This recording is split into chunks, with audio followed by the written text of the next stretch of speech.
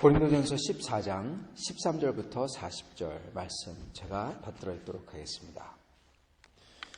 그러므로 방언을 말하는 자는 통역하기를 기도할지니 내가 만일 방언으로 기도하면 나의 영이 기도하거니와 나의 마음은 열매를 맺지 못하리라. 그러면 어떻게 할까? 내가 영으로 기도하고 또 마음으로 기도하며 내가 영으로 찬송하고 또 마음으로 찬송하리라. 그러지 아니하면 내가 영으로 축복할 때 알지 못하는 처지에 있는 자가 네가 무슨 말을 하는지 알지 못하고 네 감사에 어찌 아멘 하리요. 너는 감사를 잘하였으나 그러나 다른 사람은 덕세움을 받지 못하리라. 내가 너희 모든 사람보다 방언을 더 말함으로 하나님께 감사하노라. 그러나 교회에서 네가 남을 가르치기 위해서 깨달은 마음으로 5마디 말하는 것이 1만마디 방언으로 말하는 것보다 나으니라. 형제들아, 지혜에는 아이가 되지 말고 악에는 어린아이가 되라. 지혜에는 장성한 자가 되라. 율법에 기록된 바 주께서 이르시되 내가 다른 방언을 말하는 자와 다른 입술로 이 백성에게 말할지라도 그들이 여전히 듣지 아니하리라 하였으니 그러므로 방언은 믿는 자들을 위하지 아니하고 믿지 아니하는 자들을 위하는 표적이나 예언은 믿지 아니하는 자들을 위하지 않고 믿는 자들을 위함이니라. 그러므로 온 교회가 함께 모여 다 방언으로 말하면 알지 못하는 자들이나 믿지 아니하는 자들이 들어와서 너희를 미쳤다 하지 아니하겠느냐. 그러나 다 예언을 하면 믿지 아니하는 자들이나 알지 못하는 자들이 들어와서 모든 사람에게 책망을 들으며 모든 사람에게 판단을 받고 그 마음에 숨은 일들이 드러나게 되므로 엎드려서 하나님께 경배하며 하나님이 참으로 너희 가운데 계신다 전파하리라. 그런즉 형제들아 어찌할까? 너희가 모일 때 각각 찬송시도 있으며 가르치는 말씀도 있으며 계시도 있으며 방언도 있으며 통역함도 있나니 모든 것을 덕을 세우기 위하여 하라. 만일 누가 방언으로 말하거든 2사람이나 많아야 3사람이 차례를 따라하고 한 사람이 통역할 것이요. 만일 통역하는 자가 없으면 교회에서는 잠잠하고 자기와 하나님께 말할 것이요. 예언하는 자는 2이나 3이나 말하고 다른 이들은 분별할 것이요. 만일 곁에 앉아있는 다른 이에게 계시가 있으면 먼저 하던 자는 잠잠할지니라. 너희는 다 모든 사람으로 배우게 하고 모든 사람으로 권면을 받게 하기 위해서 하나씩 예언할 수 있느니라. 예언하는 자들의 영은 예언하는 자들에게 제재를 받나니 하나님은 무질서의 하나님이 아니시오 오직 화평의 하나님이시라. 모든 성도가 교회의 삶과 같이 여자는 교회에서 잠잠하라.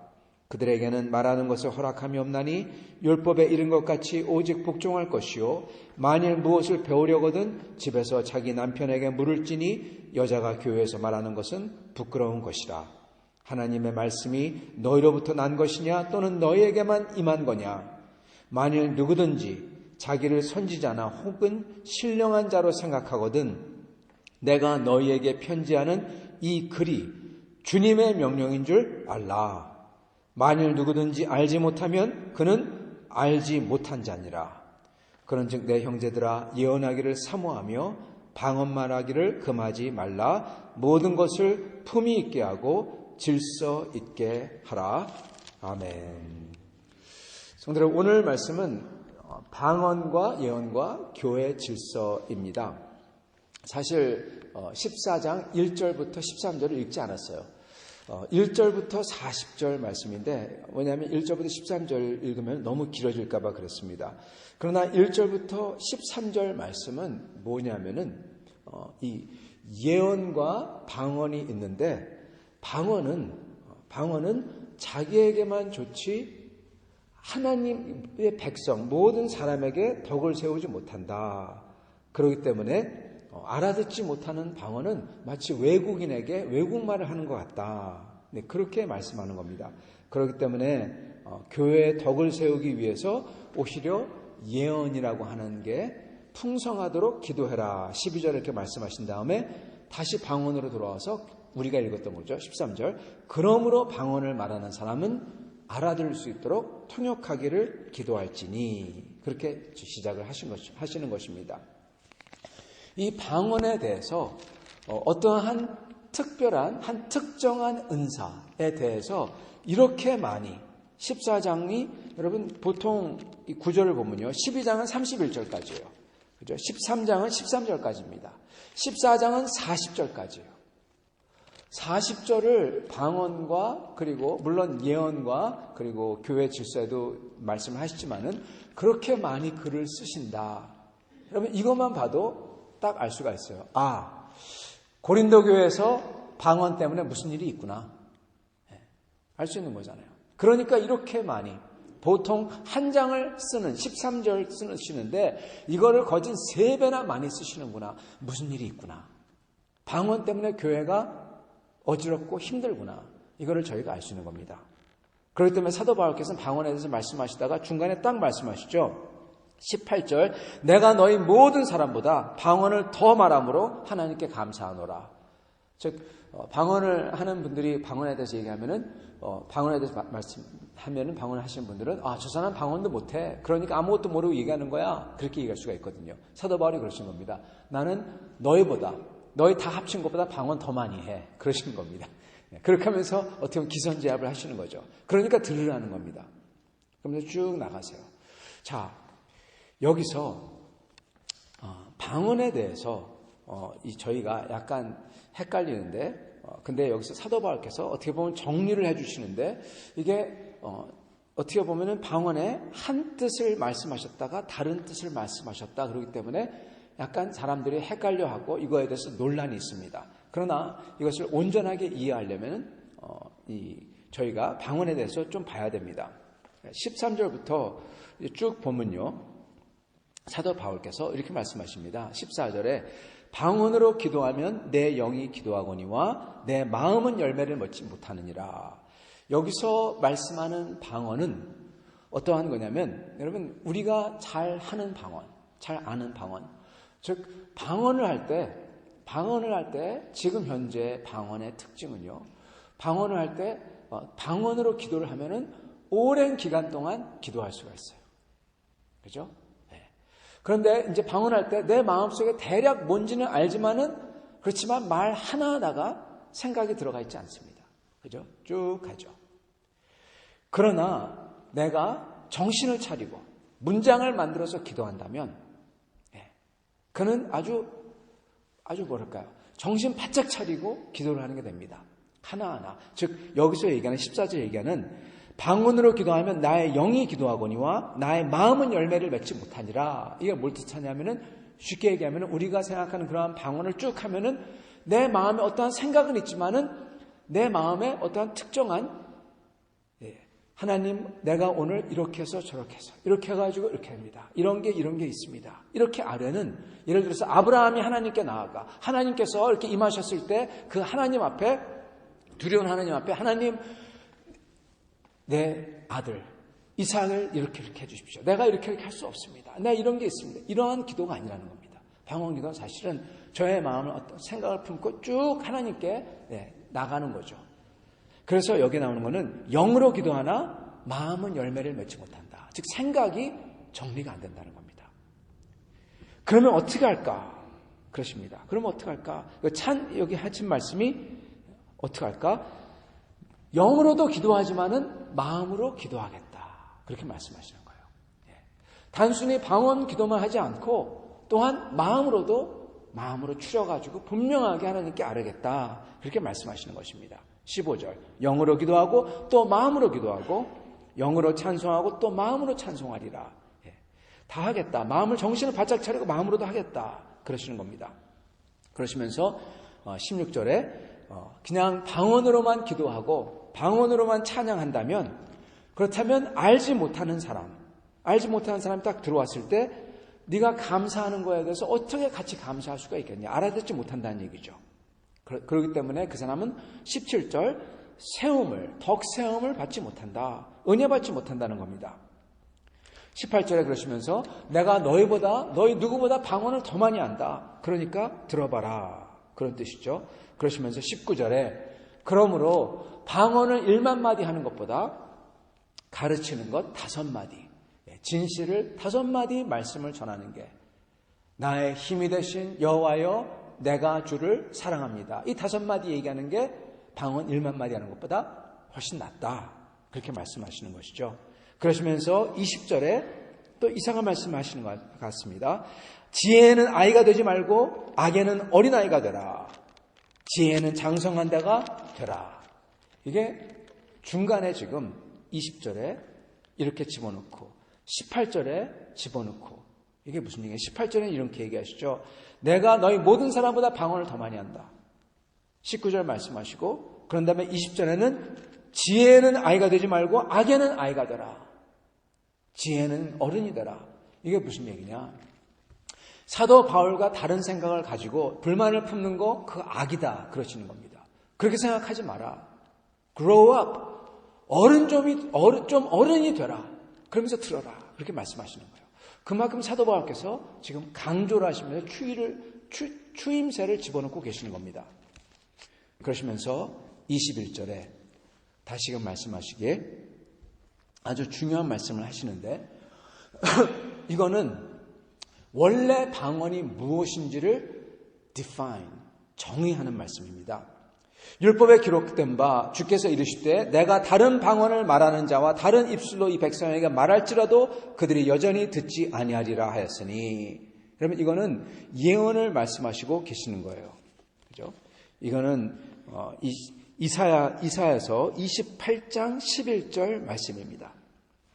하나님께서 하나님의 백성 유대인들에게, 바리새인들과 사두개인 그런 사람들이죠. 그런 사람들에게 하나님의 선지자들을 보내시고 심지어 다른 말과 다른 입술을 하는 백성을 보내서, 즉 유대인이 아닌 이방인들까지 보내서 하나님을 증거하게 하더라도 내 백성이 믿지 아니하리라, 그걸 말씀하시고 계시는 거예요. 그래서 그게 이사야서 28장 11절입니다. 그렇기 때문에 사도 바울께서는 방언은 믿는 사람들을 위하는 게 아니라 믿지 아니하는 사람들을 위한 거다, 이렇게 22절에 말씀하세요. 이게 무슨 얘기냐? 여러분 봐보세요. 하나님께서 자기 백성에게 증거하려고, 유대인들에게 증거하려고 어떻게 하시냐?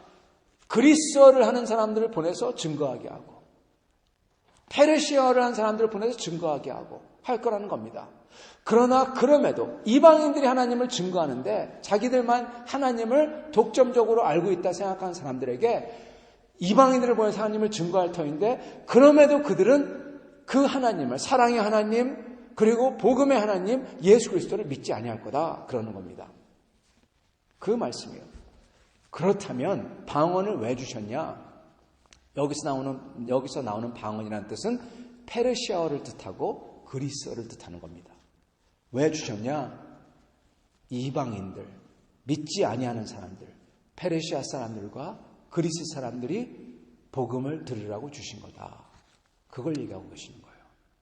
즉 여러분, 우리가 잘 아는 사도행전에 나오는 그 같이 기도할 때, 성령이 임했을 때 사람들이 스키티아노로 얘기하고 페르시아어로 얘기하고 헬라말로 얘기하고 라틴어로 얘기하고 이거를 얘기하는 겁니다. 여러분, 원래 방언은요 독일어로 얘기하는 겁니다. 프랑스어로 얘기하는 겁니다. 일본어로 얘기하는 겁니다. 그게 원래 방언이에요. 성령이 임했는데 아무것도 모르는 사람이 페르시아로 얘기해요. 예수 그리스도가 하나님의 아들이시오, 예수 그리스도에게 구원이 있다, 그거를 페르시아에서 순례왔던 사람들 들으면서 아니 이 사람들 어떻게 페르시아어를 하지? 그게 원래 방언이에요. 그죠? 그렇지 않습니까? 그렇기 때문에 방언은 22절에 그러므로 방언은 믿는 자들을 위해서 하는 게 아니라 믿지 아니하는 자들을 위해서, 믿지 아니하는 이방인들을 위해서 하나님이 주신 거다. 즉 여기 나오는 방언의 뜻은 여러분 소위 랄랄라 방언이 아니라 독일어 방언, 일본어 방언, 이거를 얘기하는 겁니다. 원래 방언은 그거라는 거예요. 원래 방언은. 그러나 예언은 하나님께서 당신의 백성에게 주시는, 여기 예언은 믿는 사람들을 위해서다 그러시는 겁니다. 근데 여기 나오는 예언도요, 여러분 이것도 잘 봐야 되는 게요, 여기 나오는 예언은, 우리가 생각하는 예언은 미래를 보고 하나님께서 앞으로 곧 트럼프에게 초과를 스치게 하신다. 이런 걸 생각합니다. 예언을 생각합니다. 물론 그것도 있어요.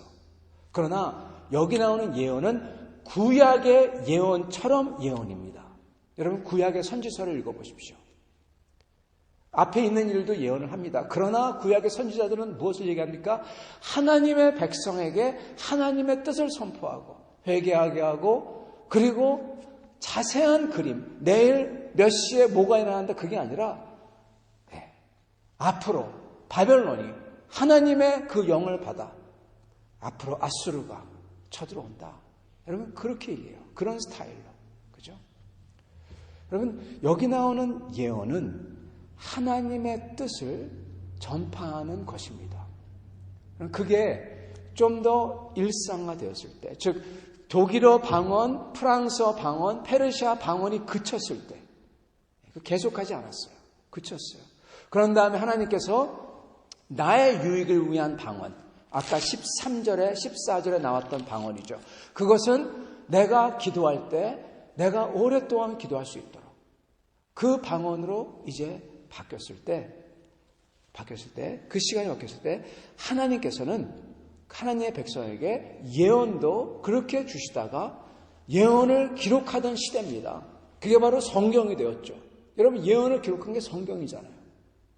근데 지금 성경을 누가 받습니까? 누가 받는다고 하면 그 사람은 이단입니다. 성경에 이미 하나님이 주실 걸 다 주셨어요. 그죠?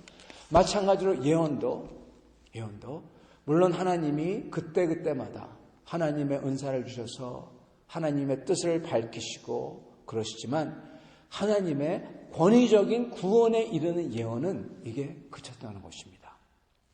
그랬을 때 이 예언이 여러분 우리를 위해서 성도를 위해서 주시는 예언이 일반화 되었을 때 그게 바로 하나님의 예언인 성경을 선포하는 선포 말씀이 된 것입니다.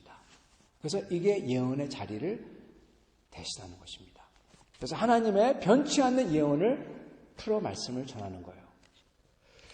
그래서 이게 예배가 되는 것입니다. 자, 그래서 사도 바울께서는 그래서 그러한 예언을 사모하라. 아직도 예언이 주어지고 아직도 성경이 쓰여질 당시에 말씀하는 거예요. 그 성경 말씀을 받는 것을 사모하라. 그렇게 말씀하시는 거예요. 그런데 예배를 드릴 때 그럼 어떻게 드릴 것이냐? 너희가 다 모여서 다 한꺼번에 방언하면은 아니 안 믿는 사람이 들어와서 독일어 방언도 아니고 페르시아 방언도 아니고 랄랄라 방언을 한꺼번에 해버리면은 안 믿는 사람이 들어와가지고 야, 저 미친 사람들 봐라. 그러지 아니할 거 아니냐? 그게 바로 여기에 나오는 23절이죠. 그러므로 온 교회가 함께 모여 다 방언으로 말하며 여기 나오는 방언은 오리지널 방언이 아니라 그 후에 있는 방언이죠. 진짜 방언이 그치고 나오는 방언이죠. 그렇게 말하면 알지 못하는 자들이나 여기는 알지 못하는 자들은 복음을 알지 못하는 자들입니다. 믿지 아니하는 자들이 들어와서 너희를 미쳤다 하지 아니하겠느냐. 미쳤다고 한다라고 하는 겁니다. 그러나 예언을 하면 이거는 하나님의 말씀을 전하면 아직도 예언을 받아서 씌워지던 당시 그 하나님의 말씀을 받아서 얘기하면 사람들이 자기의 심중이 드러나고 하나님의 말씀을 자기의 폐부를 찔러서 엎드리며 회개하며 주 앞에 나오지 않겠느냐. 그렇게 24절에 말씀하시죠. 25절에. 마음에 슬픈 일들이 숨은 일들이 드러나게 되므로 엎드려 하나님께 경배하며 하나님이 참으로 너희 가운데 계신다 하지 않겠느냐. 그렇게 말씀하신 겁니다. 그래서 여러분 방언과 예언은요 저희가 약간 뜻이 여기 두 개 다 혼용해 사용하시는데 오리지널 방언, 오리지널 예언이 있어요. 오리지널 방언은 무엇이냐? 페르시아어, 이란어 이런 말로 하는 방언. 사도행전에 나오는 방언. 그러나 그게 멈추고 주어진 방언은 우리가 보통 하는 그러한 방언. 우리를 위해서 우리가 영으로 기도하게끔 마음으로 아니죠. 영으로 오랫동안 기도하게끔 주시는 방언. 그게 있다는 겁니다. 그것을 잘 활용해라. 그 뜻이에요. 마찬가지로 예언도 하나님께서 주시는 그 구원에 이르는 예언. 성경 말씀이죠. 그게 주시던 예언이 있고 구약과 신약에 준 예언. 그리고 또한 그 후에 그게 그치고 하나님께서 하나님의 뜻을 알려주시는 그러한 예언이 있다는 것입니다. 그리고 그게 일반화된 게 이게 교회에서는 설교며 가르침이 되었죠. 그래서 그걸 우리가 알아야 되고, 자, 그렇다면 그거를 가지고 어떻게 예배를 드려야 될까? 보면 질서를 얘기하시고 계십니다. 보면은 말씀하시죠. 누가 하려거든 27절 방언으로 말하거든 딱 2사람이나 많아야 3사람. 그것도 차례대로 딱 정해주시죠. 더 이상 하지 마라. 차례대로 해라. 통역할 자가 없다면 28절 집에 가서 아니면 교회에서 조용히 혼자서 자기를 위한 거다. 여러분, 그러므로 방언은요, 진짜 오리지널 방언은 이방인들을 위해서 주어진 거지만 지금 현재 있는 방언은 여러분 누구를 위한 거냐? 나를 위한 겁니다. 내가 영으로 오랫동안 기도하도록 주신 거예요. 그렇기 때문에 통역할 자가 없다면 너를 위한 거니까 네가 하나님과의 관계에서만 하라. 그 뜻인 것입니다. 그게 바로 28절, 29절, 그리고 30절이죠. 그래서 예언도 마찬가지로 그렇게 질서를 따라서 하라. 그러시면서 33절에 하나님은 오직 화평의 하나님이시니, 여기 나오는 화평은 샬롬. 샬롬은 모든 게 다 조화를 이루는 뜻입니다. 즉 조화를 이루는 질서의 하나님이다. 그렇게 말씀하시는 겁니다. 그러시면서 갑자기 34절에 여자는 교회에서 잠잠하라. 모든 성도가 교회에서가 하는 것 같이, 즉 모든 교회에서 하는 것 같이 여자는 교회에서 잠잠하라. 그렇게 말씀하십니다. 여러분, 이거를 딱 봤을 때 많은 현대 사회 여성분들은 마음에 큰 반발을 합니다.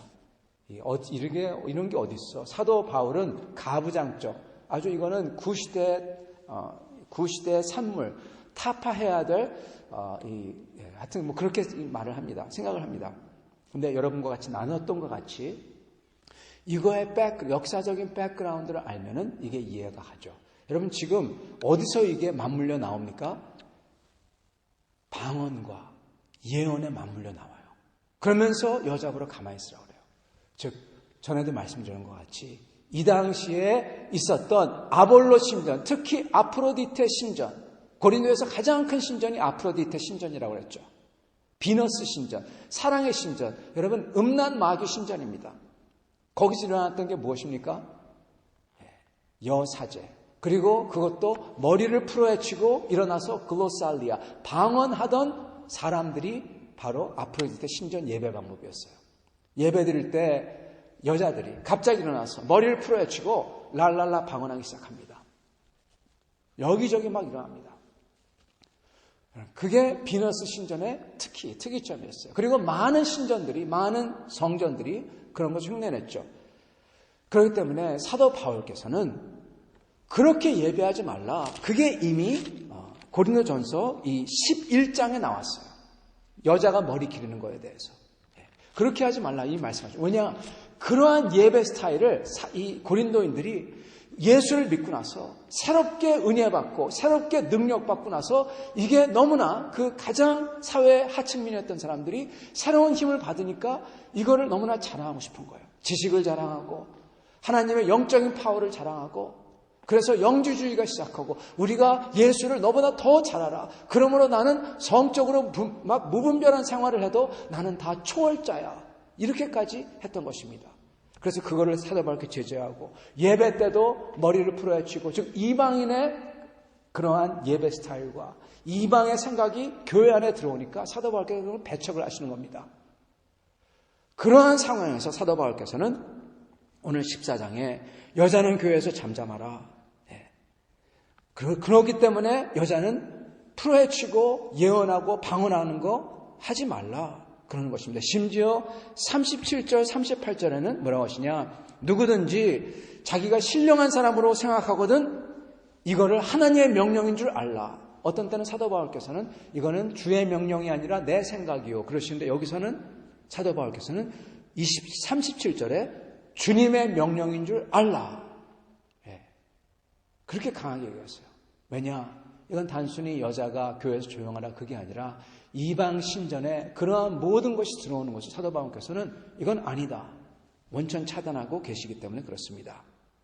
그렇기 때문에 38절에 심지어 만일 누구든지 알지 못하면, 이게 주님의 명령인 줄 알지 못하고 거부한다면 그는 알지 못한 자니라. 즉 하나님이 알지 못하는, 주님이 나는 너 모른다 그러는 자니라. 그렇게까지 말씀하시고 계시는 것입니다.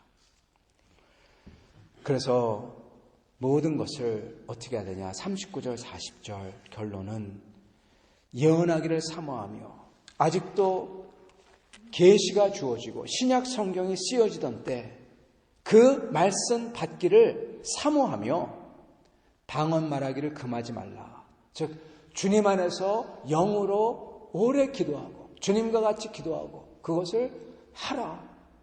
기도할 수 있도록 주시는 거니까 그걸 금하지 말라. 그러나 40절 모든 것을 품위 있고 질서 있게 하라. 그렇게 말씀하시는 것입니다. 정말 여러분, 이 말씀이 저희가 이렇게 보면요, 사도 바울이나 그리고 하나님의 영이 이 말씀을 통해서 저에게 알려주시고자 하시는 것은 하나님께서는 저희로 하여금 이방인들에게, 믿지 않는 사람에게 어떻게든 예배를 통해서 예배에 들어와서 증거받고 주님을 알기를 원하세요.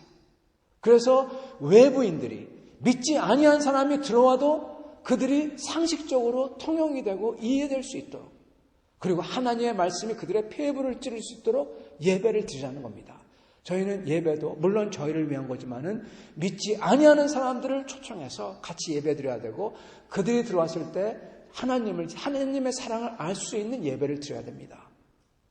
그러면 그걸 꼭 기억해야 됩니다. 저의 삶도, 예배뿐만 아니라 저의 삶도 믿지 아니하는 사람들이 저희를 보고 저희와 얘기를 나누고, 여러분 상식적이고 그렇지만 그들에게 그들의 심령이 감동받고 찔릴 수 있는 그러한 삶을 살아야 됩니다.